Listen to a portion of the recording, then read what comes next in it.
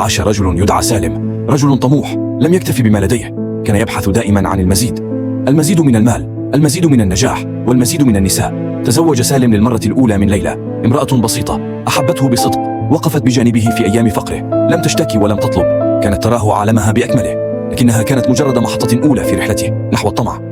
لم يمض وقت طويل حتى شعر سالم أن الحب وحده لا يكفي، أراد حياة أكثر رفاهية، فتزوج من رنا، امرأة فاتنة تعشق الترف والجمال، أغرته بسحرها ونعومتها، وكانت تحب الهدايا والمجوهرات أكثر مما تحبه هو. كان يملأ حياتها بالذهب والحرير، لكنها لم تكن تراه سوى مصدرا لما ترغب به.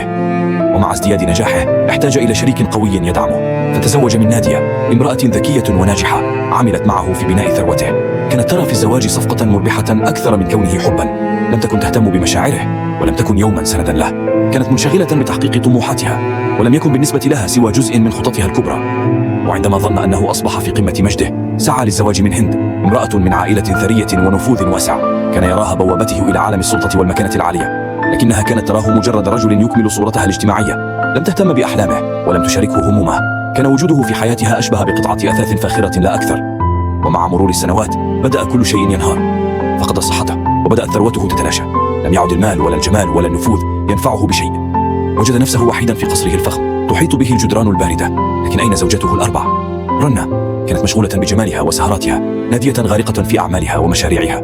هند تزوجت غيره وبحثت عن رجل أكثر نفوذا، أما ليلى كانت الوحيدة التي بقيت بجانبه. جلست قرب سريره تمسك بيده، تنظر إليه بحب رغم كل ما فعله بها. رأى في عينيها الدفء الذي بحث عنه طوال حياته في أماكن خاطئة. دمعة ندمت سقطت من عينيه وهو يدرك أن الحب الذي سعى خلفه طوال حياته كان أمامه منذ البداية، لكنه لم يره إلا عندما فات الأوان. وفي لحظة صمت ثقيلة تلاشى كل شيء، لم يبق سوى يد دافئة تمسك بيده الباردة، وحب صادق ظل وفيا حتى النهاية. الحب الحقيقي لا يشترى بالمال ولا يبنى على الطمع، إنه الوفاء الذي يبقى حين يرحل الجميع.